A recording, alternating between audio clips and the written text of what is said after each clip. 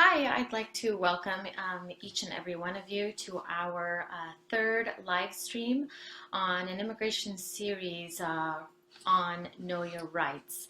So today is the third installation of our live stream in which we're going to be discussing knowing your rights when ICE is at your door. So just to introduce myself, my name is Afia Yunus, and I am the owner and principal attorney at Yunus Law. We are an exclusively immigration law practice, and we represent clients from all over the world, really, from countries such as Poland to Mexico to Pakistan, India, all over the world, and of course all over the nation. So just to jump right into it, I know some of you might have questions. So as far as the structure of the video goes, we're going to spend about hopefully half an hour discussing the different rights and tips and tricks when, if and when ICE is at your door. First, we're going to be going over when ICE may be at your house. And the second portion will be what to do when ICE is up. ICE or law enforcement, local police pulls you over when you're driving. So again, I'd like to welcome all of you, and I hope this is beneficial to each and every one of you.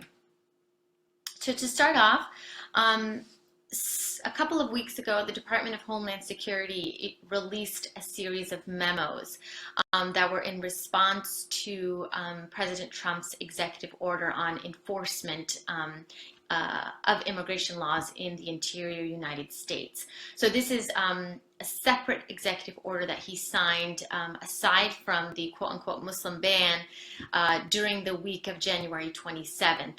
It didn't receive as much attention until, unfortunately, there were some ICE raids that occurred about 2 weeks ago in response to that order.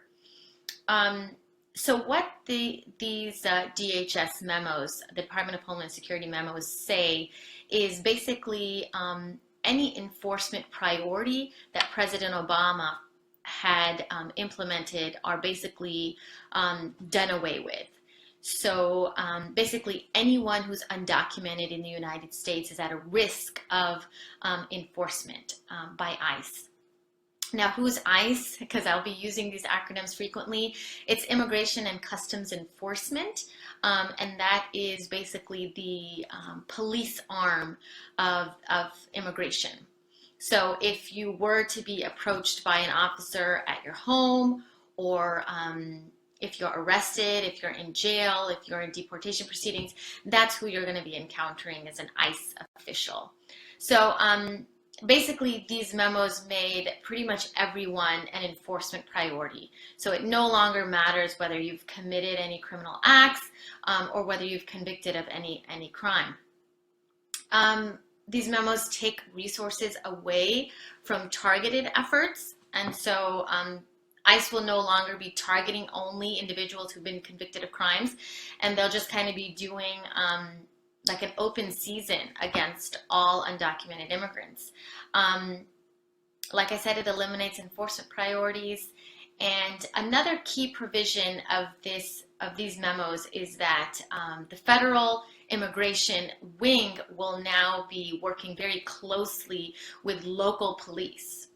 So you may have been hearing about local police pulling over people who are driving and demanding proof of immigration status. And so that is another provision that came out of this memo is basically state and local authorities will be unfortunately investigating, arresting, and possibly detaining residents of their state for ICE.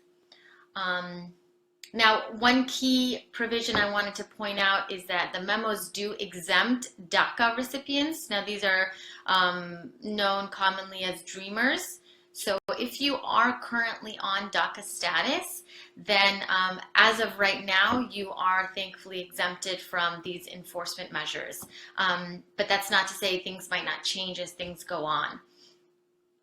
Now, last month's raid, I know a lot of people may have heard about this raid, and that's really what spawned this live stream.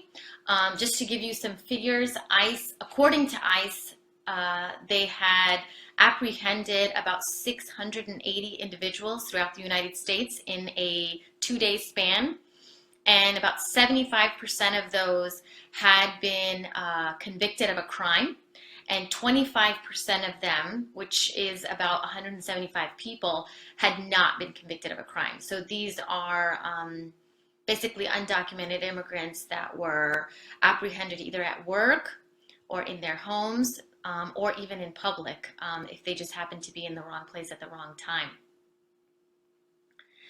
Now, I wanted to start out by making it clear that the right to due process, now this is the protections afforded to individuals under the Constitution, the right to due process is available to anyone, regardless of immigration status. So, U.S. citizens, green card holders, non-immigrant visa holders, everybody has that right to due process. Now, let's start out with what if ICE comes to your door? Now, you're at home, you hear a knock at the door, and you look through the peephole. Hopefully you don't answer the door after you watch this live stream. You look through the peephole or window, and you see that it appears to be a law enforcement officer. Okay, at this point you may not know if it's local police or if it's ICE.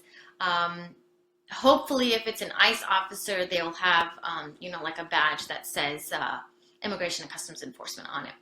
But it really could be anybody. And that's why this live stream is for U.S. citizens as well, because it could be, in that circumstance, FBI. So what do you do? So my first piece of advice is do not answer the door. Now, this is for several reasons. Number one, you are not legally required to answer the door unless the officer has a search warrant, which is signed by a judge and specifies your address. If you do open your door, you are opening yourself to possibly being searched when a search warrant wasn't there. What this means is basically if they see something behind you or see something in your house that may give rise to a suspicion that there's criminal activity, now they can come into the home and they don't need a warrant. So that's why we advise not to ever open the door. I know your gut reaction is to open the door, but right now, if you are an undocumented immigrant and you hear a knock on the door, I would advise to always to look through the peephole and make sure that it's not a law enforcement officer. If it is, then this is what you should do. So let's say they knock on the door, you look through the peephole, you followed my advice, and you don't open the door. Now you'll say, who is it? And this is all with the door closed. The officer says, I'm so-and-so officer with ICE, I'd like to come in. Okay. Now, it's important that you don't consent to the officer coming into your home. If you open the door, again, not only can they possibly see something behind you that may give rise to suspicion that would allow them to come in, but number two, it may be construed as consent.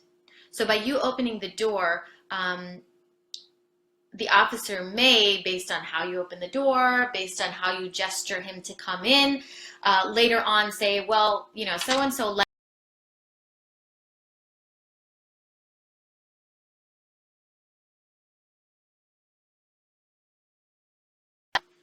Okay, sorry, we had a bad connection. I hope it's fixed.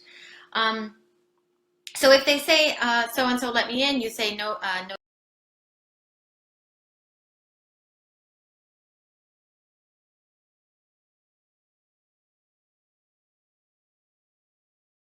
Well, no, I don't have a search warrant. And then you say, well, if you don't have a search warrant, you can leave your card, slide your card underneath the door, and I'll have my attorney call you. Simple as that. If there's no search warrant, the encounter is over at this point. They'll slide their card under the door. And, you know, I'm going to be real. It's not like they're not going to give you some pushback. They may say, well, open the door. I just want to see this. I just want to talk to you about this. What do you have to hide? And we all know federal officers use all types of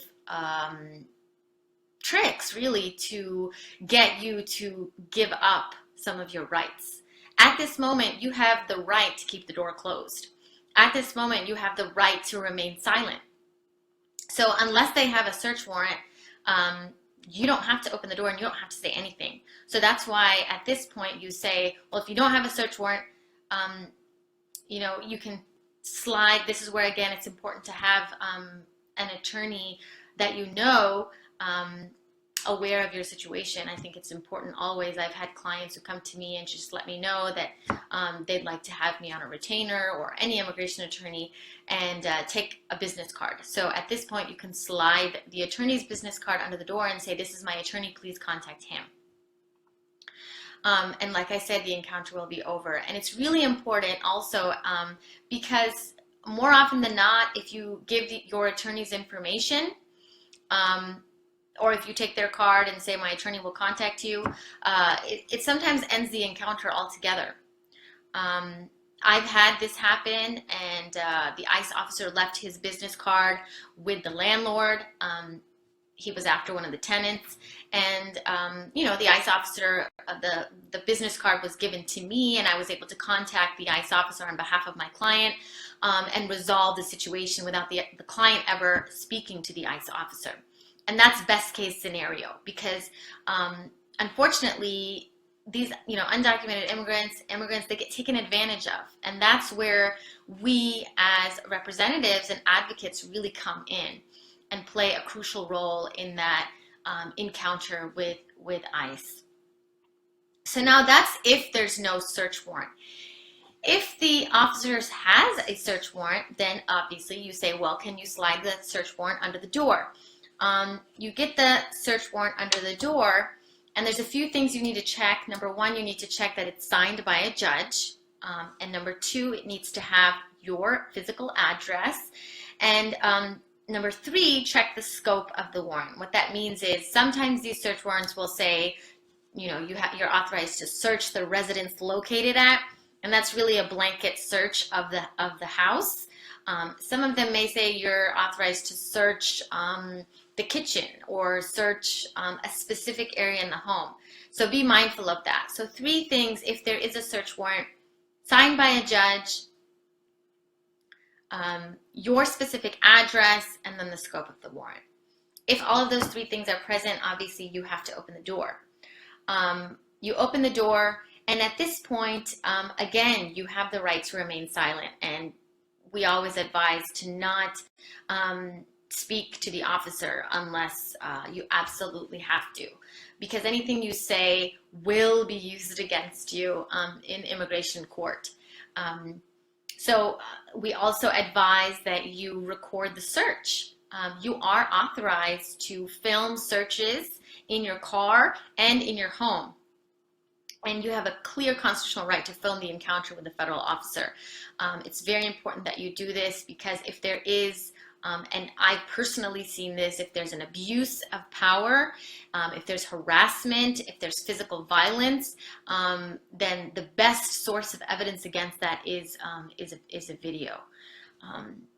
So, you know, and obviously don't interfere with the search because they have a search warrant. Don't run, because that can be used against you. And if anything's asked of you, again, we say, please, you know, say, I'd like to speak with my attorney, or here's my attorney's business card. You can talk to them directly.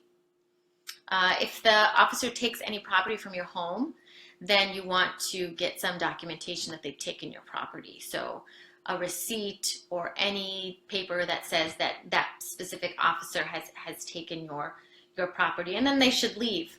And I'll go into later what happens if you are arrested.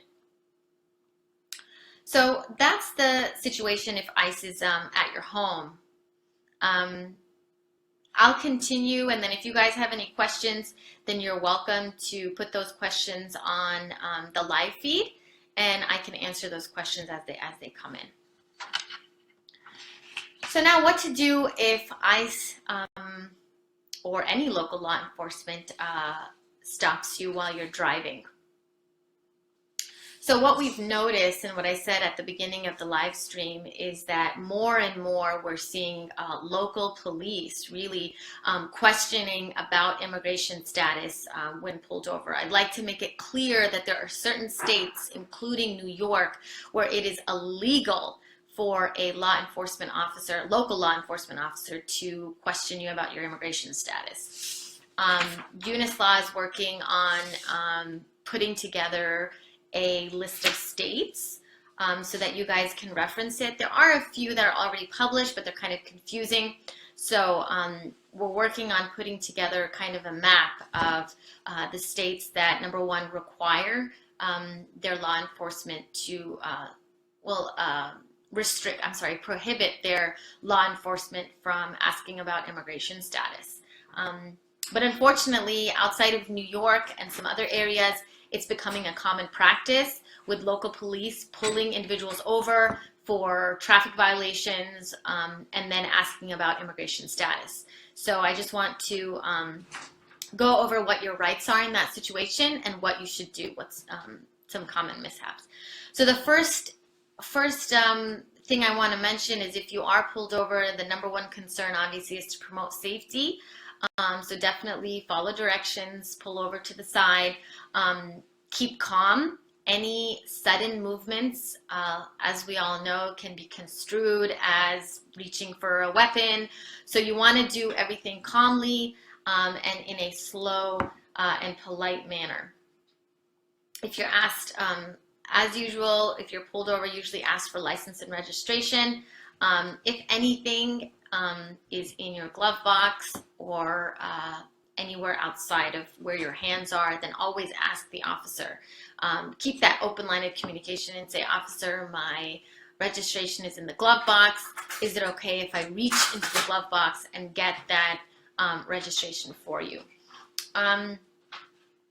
Now, this is where it's very important. I've been telling clients, because local police are increasingly asking about immigration status, we've been advising clients to keep documentation of lawful status in their car and on them at all times. So if you are a green card holder, you should be carrying your green card, and more importantly, you should have a copy. So you should have a copy with you at home, you should have a copy with you in the car, you should have a copy with you in your wallet.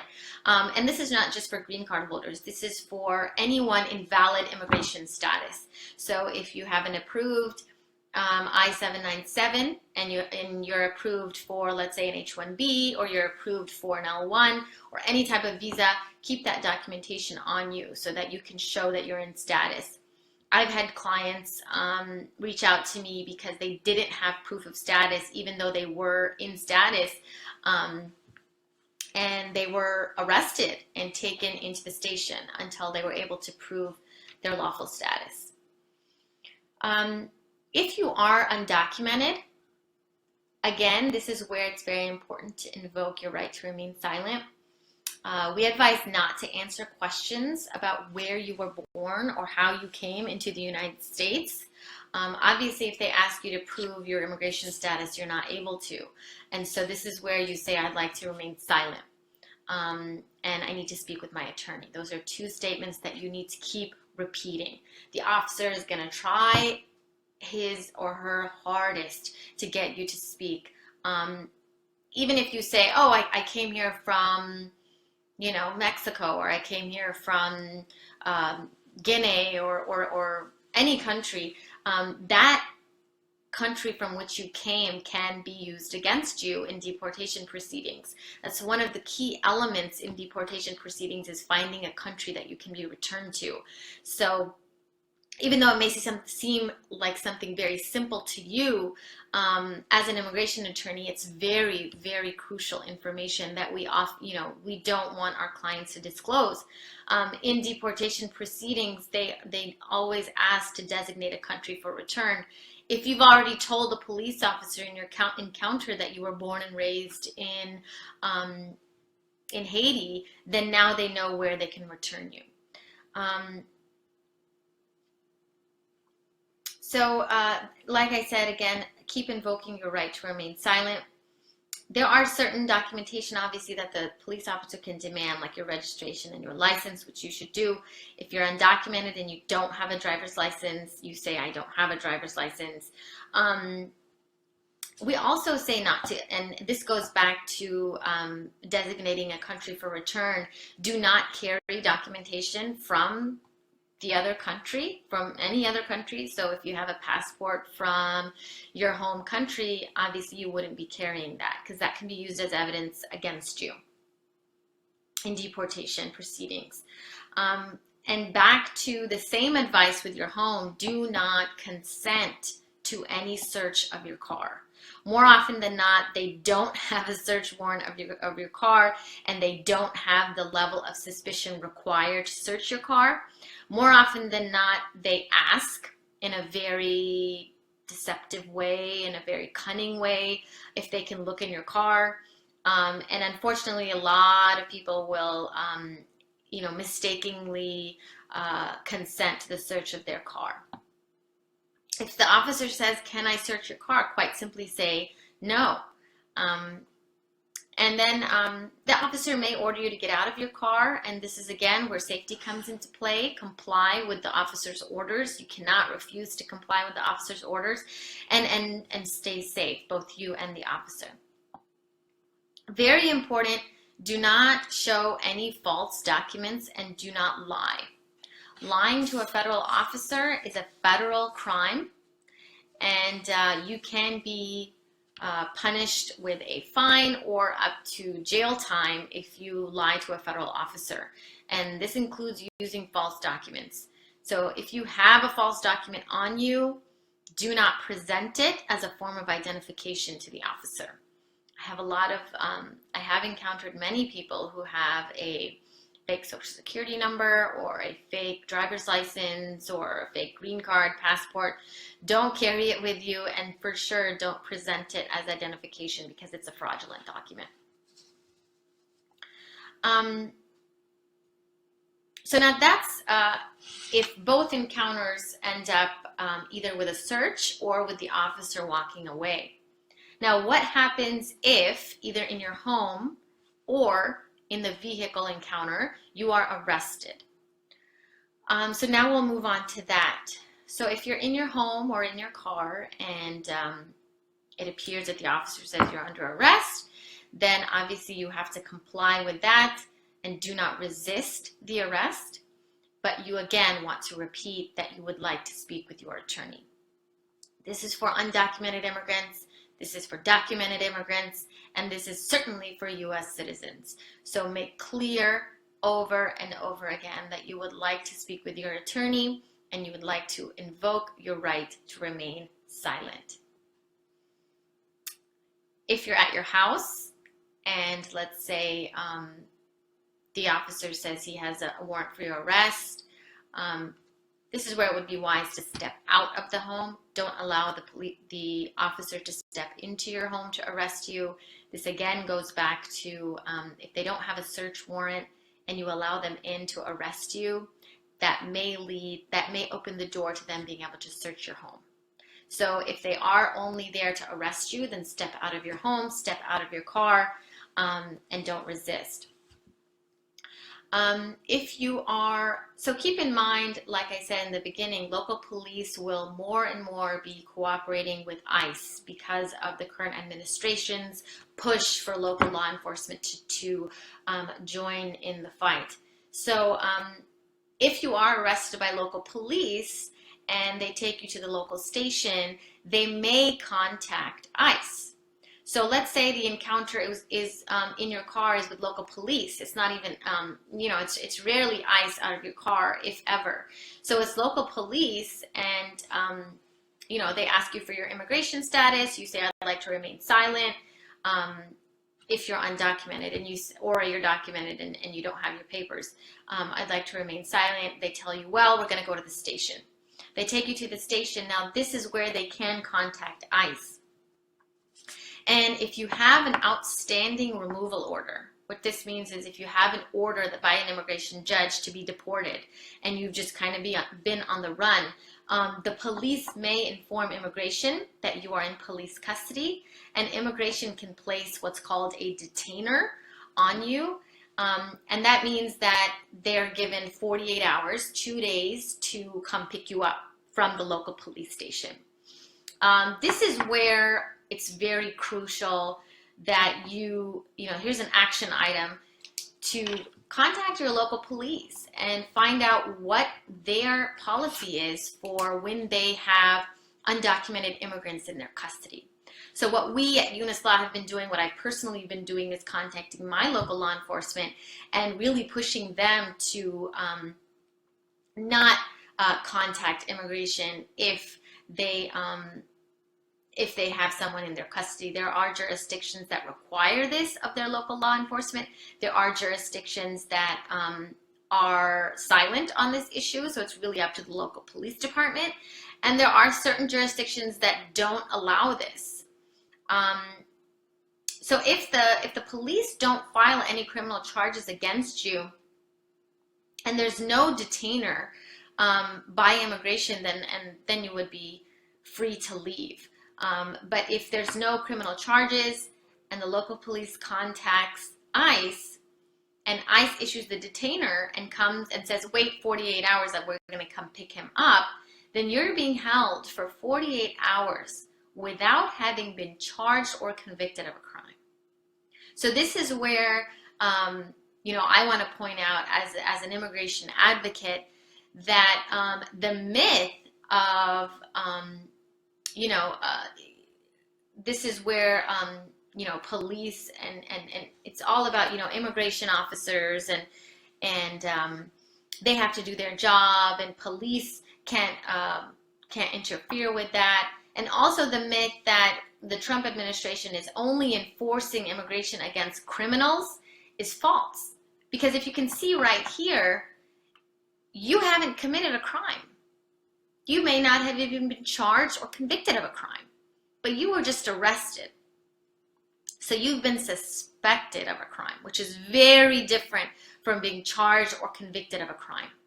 So if you've only been charged, and now the local police and local state's attorney doesn't have enough evidence against you to even charge you, they've only arrested you, but they contact ICE and ICE says, hold them for 48 hours. ICE comes and detains you. You aren't a criminal, but you've been held by ICE and you've been subject to removal proceedings. So the rhetoric that only criminals, dangerous people, violent offenders are being targeted by the current administration is just false. So then another thing I want to say is this is the same at the airport, this is the same at your home, and this is the same if you have a vehicle stop. Do not sign any forms that you don't understand or don't want to sign. Don't sign anything and continuously ask to speak with your attorney. This is where an attorney is very, very important. If you sign something, you may be conceding to guilt.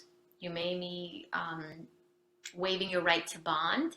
And like I said in the previous scenario where my client's landlord gave me the ICE officer's business card and I contacted the ICE officer directly, I was able to negotiate for my client release from possible detention on his own recognizance. And what that means is he wasn't going to be detained in a jail cell while we were waiting for his immigration hearing.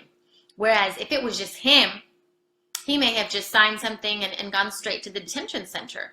But I was able, as his advocate, to negotiate that down on his own recognizance. I was able to offer my own attorney address as a permanent address for the client, which the ICE officer agreed to, and we were able to have him not subject to detention, and even more, he didn't have to pay a bond. So it's really important to get an attorney involved if you have an ICE encounter. And also, very importantly, if you are a foreign national, What that means is you're a green card holder or a visa holder of any kind, you're not a U.S. citizen, you do have a right to contact your consulate, which is your country's embassy in the United States.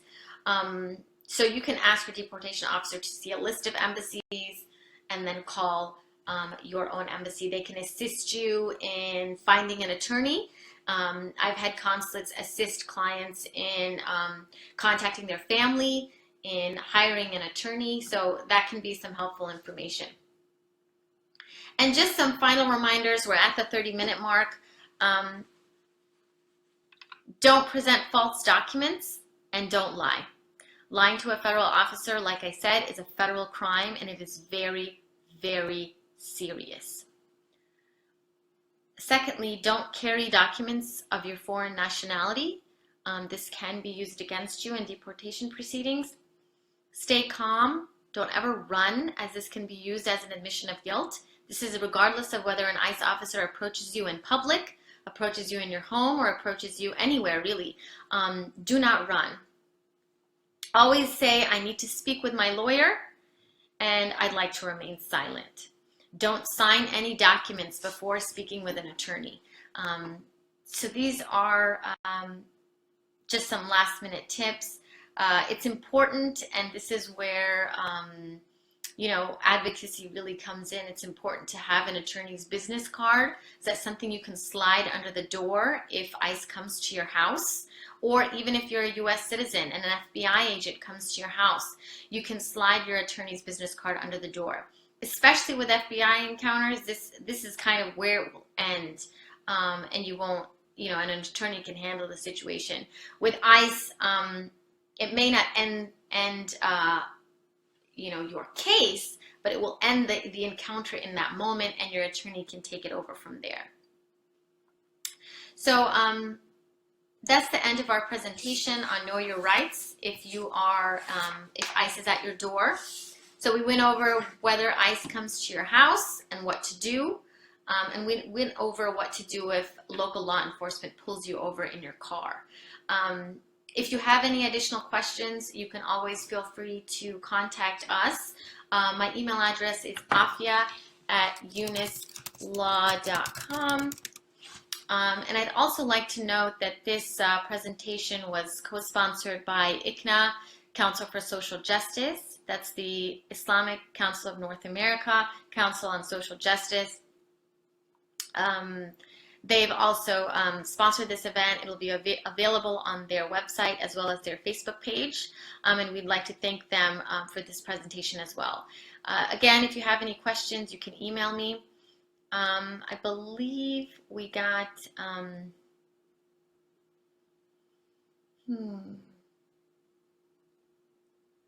So I think that's it. I don't see any questions related to this particular subject. I do see some questions about the old executive order and the current one.